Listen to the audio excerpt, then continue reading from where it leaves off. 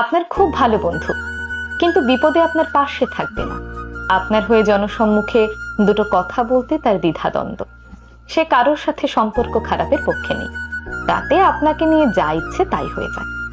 ও আসবে আপনার ইনবক্সে, অথবা সবার আড়ালে এসে বলবে, অমুক কিন্তু তোর সাথে এটা ঠিক করেনি, তোর কিছু বলা উচিত। আপনিও ভাববেন, আরে আমার কত বড় শুভাকাঙ্ক্ষী, ও যখন বলেছে ঠিকই বলেছে নিশ্চয়ই। তারপর লড়াইয়ে নামবেন। পাশে চেয়ে দেখবেন সেই বন্ধু চুপচাপ দাঁড়িয়ে। আপনার সাথে একটু আগে যে পরামর্শ করে এলো সে সময় মতো বোবা, কারণ ওই যে সে কারোর সাথে সম্পর্ক খারাপের পক্ষে নেই। আবার আপনার শত্রুর সাথেই তার গলায় গলায় ভাব। আপনার সাথে কাটাকাটি হয়ে গেলেও সে কিন্তু আপনার শত্রুর সঙ্গ ছাড়বে না। কারণ কি? ওই যে সে কারোর সাথে সম্পর্ক খারাপের পক্ষে নেই, তার সবার সাথেই মিশে থাকতে হবে। এমন মানুষ আমাদের জীবনে কম বেশি থাকেই। এরা প্রচন্ড সুবিধাবাদী, স্বার্থপর। এদের প্রতি আপনার যতই মহব্বত থাকুক না কেন, একেবারে কিক মেরে নেটওয়ার্কের বাইরে ফেলে দিন।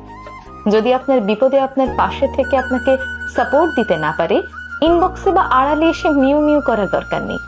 অমন মিউ মিউ আমিও পারি, আপনিও পারেন, এমনকি সবাই পারে।